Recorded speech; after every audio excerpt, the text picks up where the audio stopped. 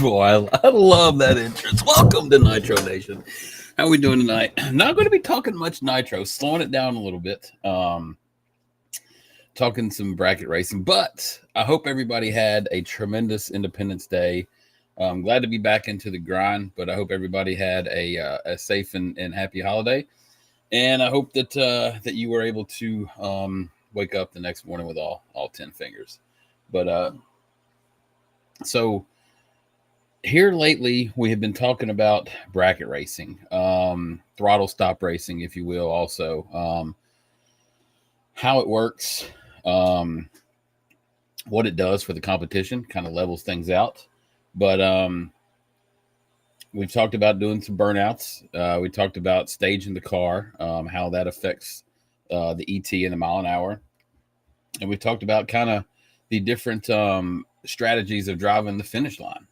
NHRA returns this weekend with Nitro and Pro Mod. Yes, yes, they do. NHRA is off for a couple weeks, man, a few weeks. They're not going to race again until the 18th up in Seattle.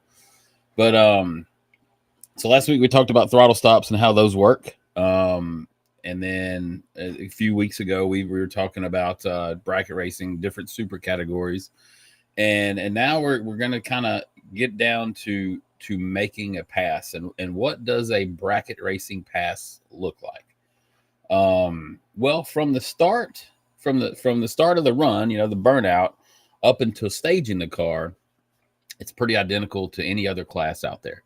It's pretty identical to the pro stock. It's pretty identical to top fuel, although the burnout procedure is a little bit different, but nevertheless, you burn out and you go stage the car. That is when it stops.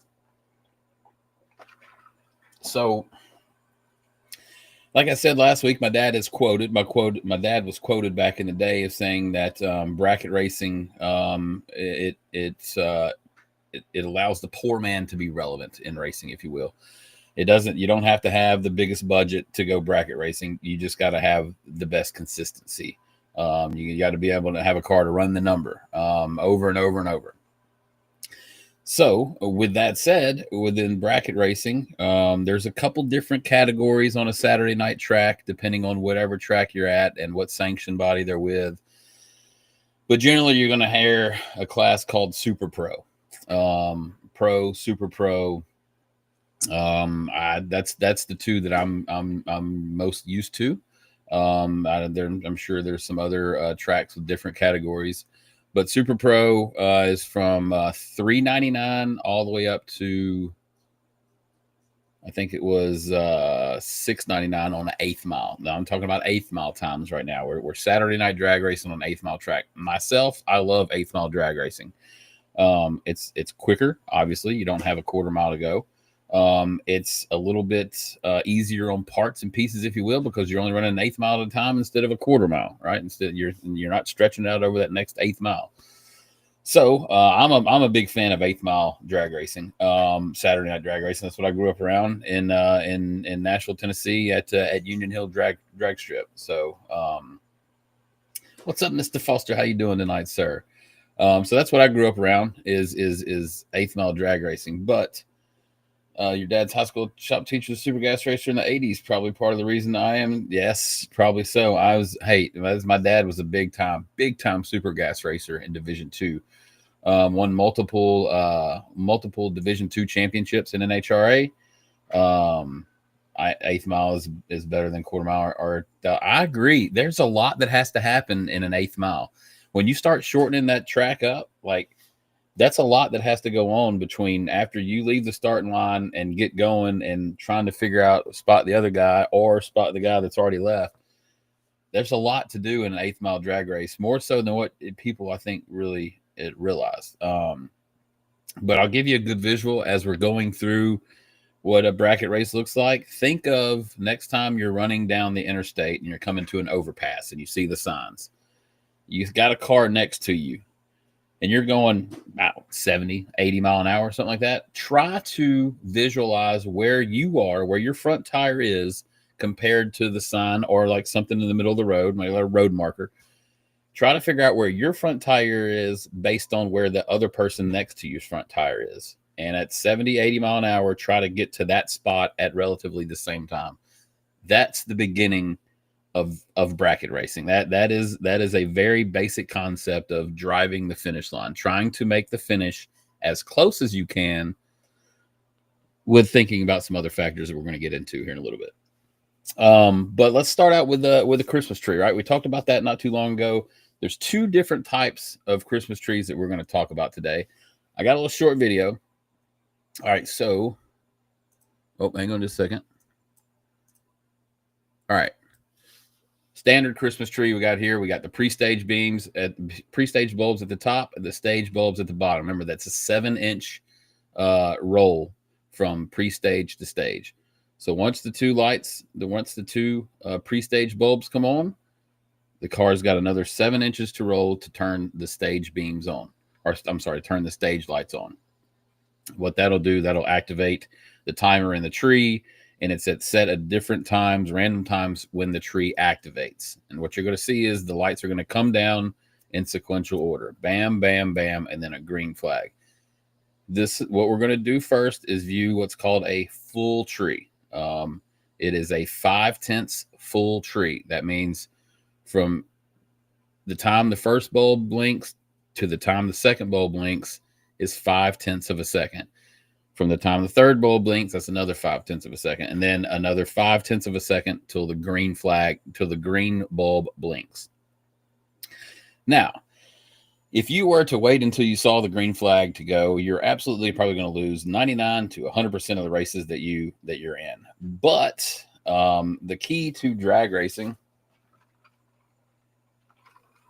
like we talked about earlier, is reaction time. With these full trees, and let's see what it looks like here.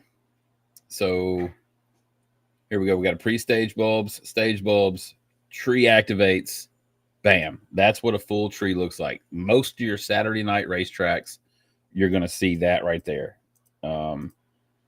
That's generally what that's a bracket racing. That's a bracket race right there. There's another tree that we're going to look at later that's in like the super gas and super comp categories. That acts a little bit different, but we're going to stick to bracket racing for now. Okay, now. Oh, sorry.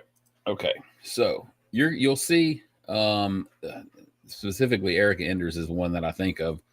We do have an interview coming up with her Wednesday night. I'm excited about that. But if you watch her on the starting line on Pro Stock when she's standing behind the cars, she'll move her feet. So if you watch a lot of bracket racers, man, you can tell who the driver is. I don't care if they're standing on the fence watching the race or if they're standing behind the cars. You'll always see somebody do that number right there. Whenever the top bulb goes off, you'll see somebody flinch. And what that is, and I left my steering wheel on my sim rig tonight, and you'll see it in a video here. Once the drivers get the stage and the pre-stage, they'll bring up their brake pressure and they'll hit what's called the line lock. So at that point, they can let go of their brake off their foot, but the line lock is holding that brake pressure. It's also a trans brake. It lets the motor spool up without turning the transmission. That's a whole other conversation, but nevertheless, you can hold where you're at, give it a little bit of throttle, get the RPMs up, and as soon as the top bulb comes down, you would let go of the button. And you're going to say to me, wait, but if you let go of the button, the car's just going to go. There's what's called a delay box. Remember I said each light has a 5/10 of a delay. So you take 5, 1, 1.5, you do the math and you can figure out about how long it is till that green light comes on. Now, over time, drivers understand what their reaction time to that light is, and they know what to program their delay box in order to leave on time. The trick is to leave as the green light is just coming on is when you should break those beams. That would be a perfect light. If you leave exactly when the bottom light goes off and exactly when the green light comes on, you're going to have a 500 light or 000 nowadays. But that's one of the keys to drag race. So what we're going to do is we'll back it up a little bit. And all right, so I would be pre-stage. I'm staged. I'm on the button. I would let go right there. And you'll see it right here in this video.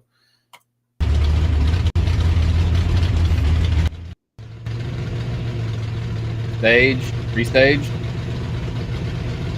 He's bumping it in. He's staged.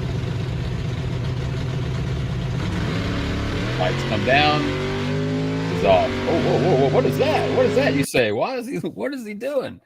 Okay. So this in bracket racing, remember I said it doesn't matter how fast you go.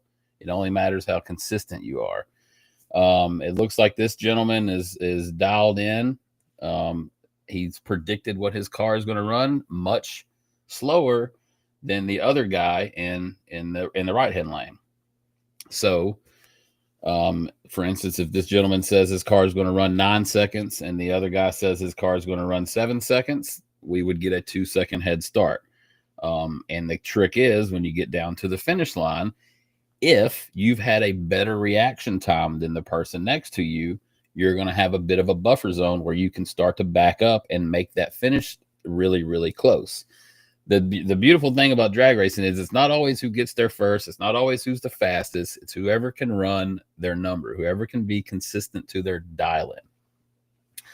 So as we get going down the track, you're going to see this gentleman let go of the button. The car is going to leave, obviously before the car in the right-hand lane. But as he's going down the track, he's going to be tracking. Where's that car at? Where's that car at? He knows where his finish line is. He's got that spotted. He knows his car. He knows where his front end is. He's going to go down the track. Where's he at? Where's he at? Where's he at? There's no finish line. There's spotting.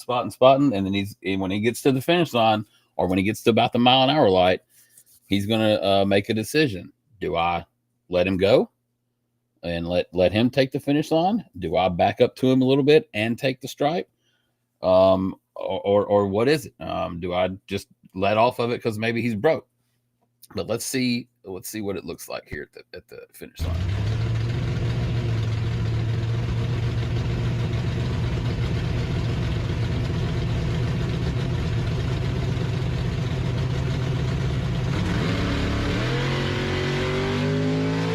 Here he comes. Here comes the car.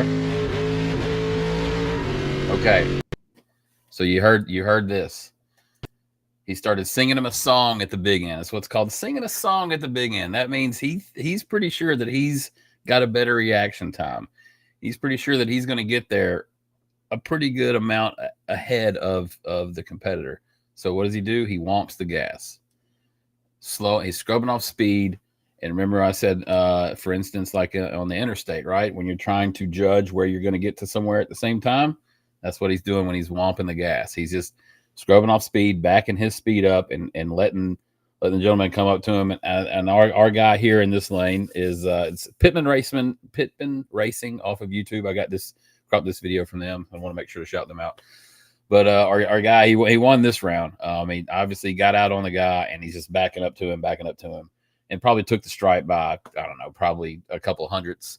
But it sounded like he killed a little bit, but he also sounded like he carried him through a little bit. But let's listen to it again. You'll hear it when he gets to the finish line. He'll start bumping the gas.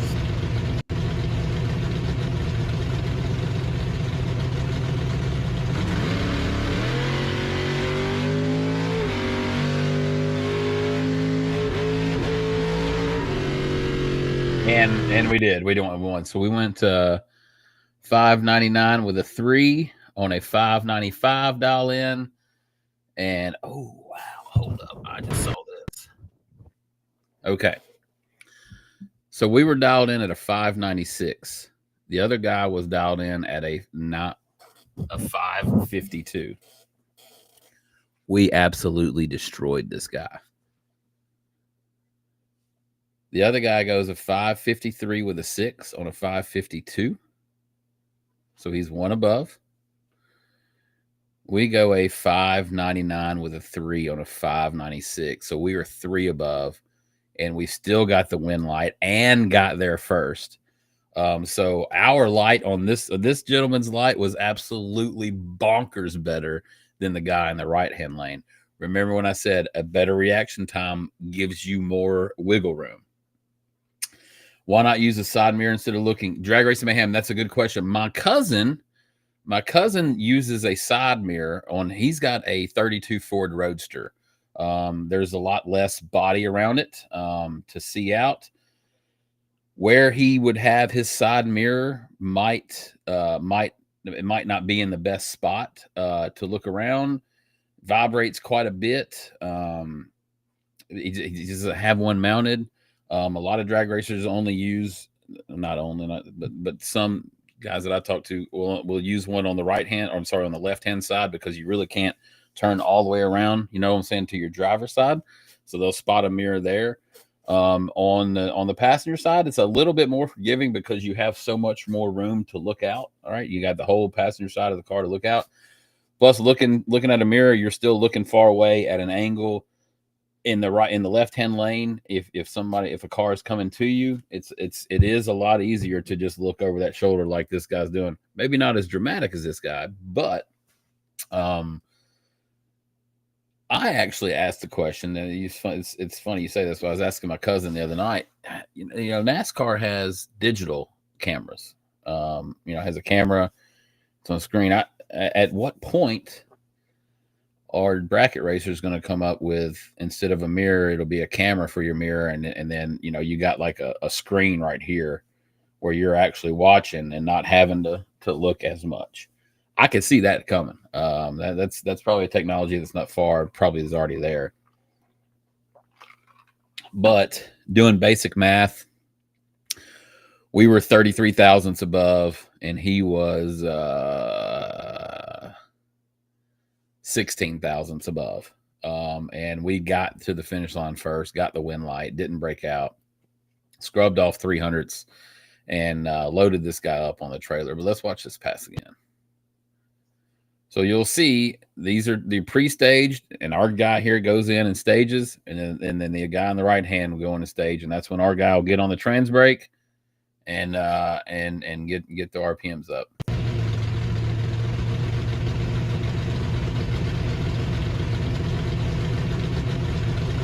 Stage, trans brake. Wow.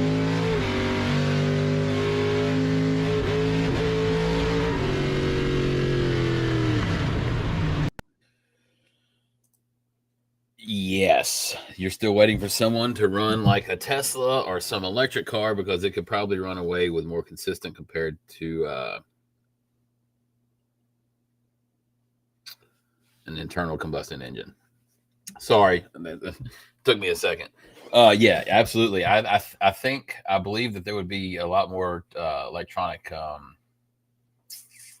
advantage, if you will. Okay, so that's your homework for tonight. When we're going down the interstate, we're going down the road, we're having somebody, when we're too wide, somebody beside us, spot a place in the road and try to get there at about the same time. Whether you're catching a guy or somebody's catching you, try to get there at the same time. And that's gonna be part. That's part of bracket racing. Learning how to drive the finish line. Understanding where your front end, where your tire is, or where whatever it is that's going to trip that beam, where that is in relationship to the other guy's front tire. So that's a skill in drag racing that everybody's always chasing, especially bracket racing. Now, back to the Christmas tree. We have a different type of tree that we see. This is called a pro tree. This is a 4/10 pro tree. So what you're going to see here is both pre-stages come on, both stages come on, and then all three amber bulbs light up at one time. And then 4/10 of a second later, the green light flashes. Now, similar to bracket racing, you're going to let go of the button as soon as you see a flash of light, whether it's a top light, middle light, whatever it may be. And then your delay box, obviously, you're not going to have nearly as much delay in it because you're letting go of it, and 4/10 of a second later, you're going to be moving. Whereas with a full tree, it's a bit different. But let's watch how this is.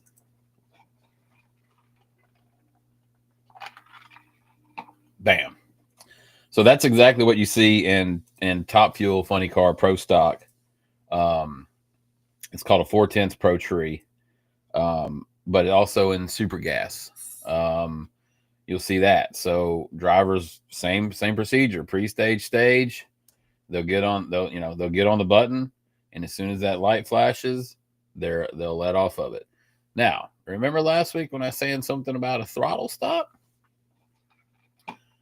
Well, like in this pass, if you listen to this pass, there is no downturn of the motor. He's wide open the whole way until he gets to the finish line. But listen to this, the first half of the track.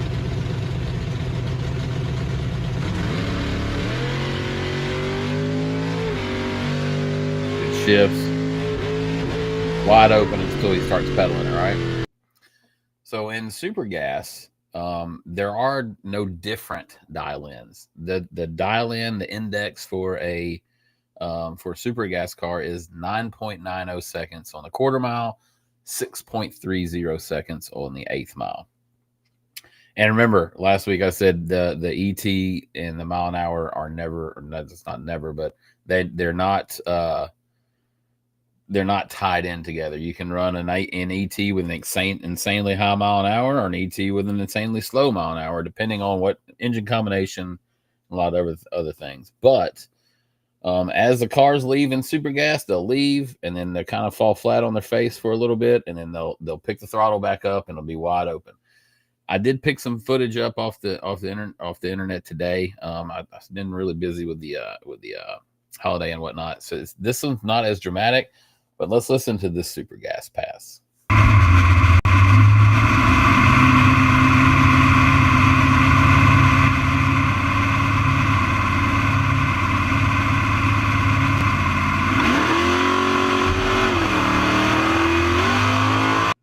Okay, so we're going to back that up. If you listen right after he leaves, it'll leave and it'll just kind of fall flat, and then all of a sudden it'll pick back up RPM. That's the throttle stop doing its work. So it leaves at wide open throttle and it dials it back just a little bit for this specific amount of time that the driver has determined it needs to, and then it'll go right back wide open throttle. And you'll be able to hear that difference if you really listen to it.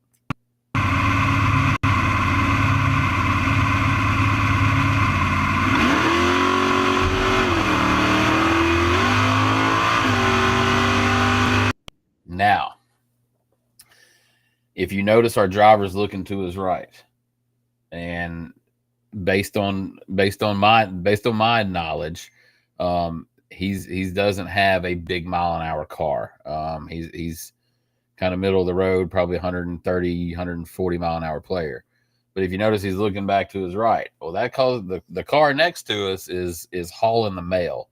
They're probably got 30 mile an hour on us, probably about 160 mile an hour player, and you're going to see it at the finish line. He's going to come screaming by us pretty fast. But Drag Race Mayhem, if you notice, this gentleman does have a mirror on his A post, but he still looks that way. But let's listen to this again and watch it there towards the end.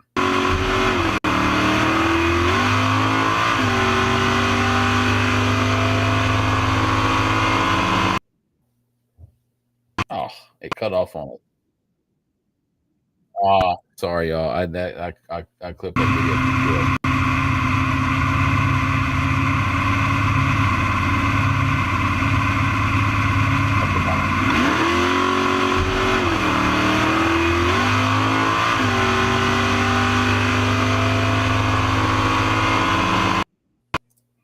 I'm sorry.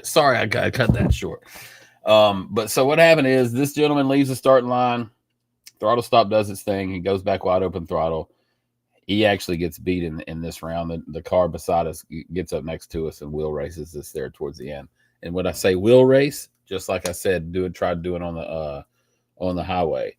You get up next to somebody and you keep your wheel even with them. You pick out a spot and you keep your wheel even with them, and you either determine you need to get to that spot first or get there just a little bit slower. So that's a strategy known as wheel racing. You know, you get up next to somebody and judge their wheel based on where your wheel is. But so that was the super gas tree, 4/10 pro tree. Again, we'd pre-stage, stage, get on the button, bam, gone. So back to what we were talking about, driving the finish line. All right, we've left the starting line. We understand the different trees and how our reaction time helps us throughout the whole run. Once we get to the finish line, if we have a little bit extra room to give up, we can back up to them, wheel race a little bit, tighten up the finish, and either take the stripe or give up the stripe based on some strategies. You're going to hear some interview next week from one of the best sportsman racers there is, Sherman Adcock Jr., about what's called holding a number, right? Where you set your car up to actually go too fast. But you get down there at the finish line, you can kind of play some games and dump somebody and let them take the finish line. There's a whole strategy involved with bracket racing and drag racing in general, especially in non-heads-up categories or categories that have a specific number that you can't go under. There's a lot of ways to play within those numbers and a lot of different strategies on how to get to those numbers. You can go 170 mile an hour, you can go 140 mile an hour, doesn't matter, but you just got to run that number. Same thing in bracket racing. Man, you could get up there and run against a car that runs a 10-second, and you could be a 7-second car, right? They're going to get a 3-second head start. That's a lot of time. If you're a 7-second car and you're given 3 seconds head starts, that means, like, wow, that's a lot. Like, you got a lot of ground to cover. But there again, no matter if you're running 90 mile an hour or 170 mile an hour, once you get down there to the finish line, you need to they got to find a spot that they're comfortable with, either getting to first or getting to last. Like I said, depending on what they have their car set up as. But that's generally bracket racing. Is understanding what your car can run, being able to predict what your car can run based on track conditions, weather conditions, conditions in your notebook that you've made previous passes with similar weather readings, altimeter, and a couple other instruments that will absolutely affect how much how your car will run.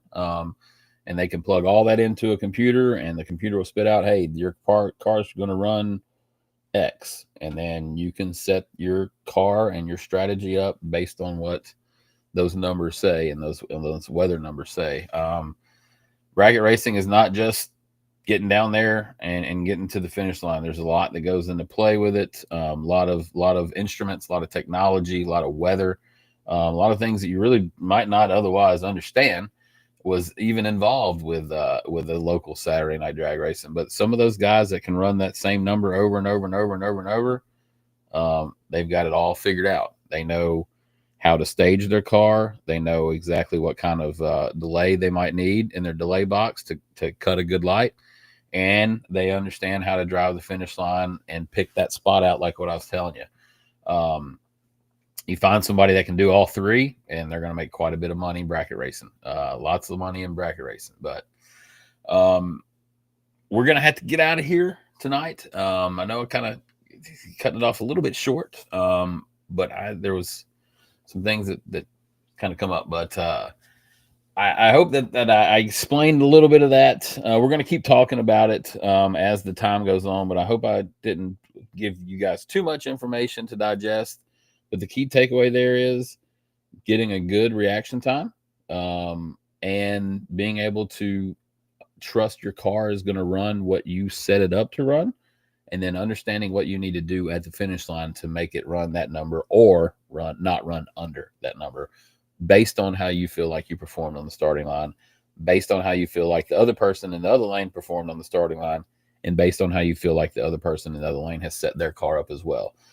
So it's not just what you think your car is going to run. It's the strategy of how you think the other person set their car up. I'll give you a quick story. My cousin was down in Lawrenceburg, Tennessee at US 43 Dragway over the weekend. And I can't remember who he was running, but he said, hey, you're one of the Duke boys that used to run Super Gas, right? And then my cousin said, yeah. And he said, well, I'm going to have to be dialed in true against you. And damn, the guy went out there and had a 002 reaction time and dead on with a 2. So it's 4,000ths package. Like if you can get inside of a 4,000ths package, 4,000ths package meaning my cousin only had 4,000ths of a second to play around with. That guy was 2,000ths of a second away from a perfect light and 2,000ths of a second slower than his number. So that's at least 4,000. So if my cousin was to get inside of that package, boy, you just go down there and shake the guy's hand. much like if somebody puts a 4,000th package on you, you just go down there and shake your hand. You just, hey, you beat me. Like, great job. There ain't nothing I can do about that. But that was a strategy, man. He went down there, talked to my cousin. He said, man, I know I'm going to have to be dialed true. And yeah, understood the racing game of it, and actually went out there and kicked his ass. So it is what it is. Sometimes you get loaded up like that. But I hope everybody enjoyed tonight's show. I hope it was informative. Hope you guys got something out of it. But we got an interview coming up with Erica Enders on Wednesday night. I'm excited to be releasing that next week or the week after, depending on how I get it edited. But also have an interview with Sherman Adcock Jr. Coming up. Video quality wasn't that good. I'm working on some other stuff to get some and an overlay in there. But thanks everyone for tuning in tonight, and we're going to be back next Wednesday, next Monday night at 8:30 here on ATYL. For everybody here, it's Taylor Kitchen and everybody at ATYL Media. Thank you very much. You guys keep digging.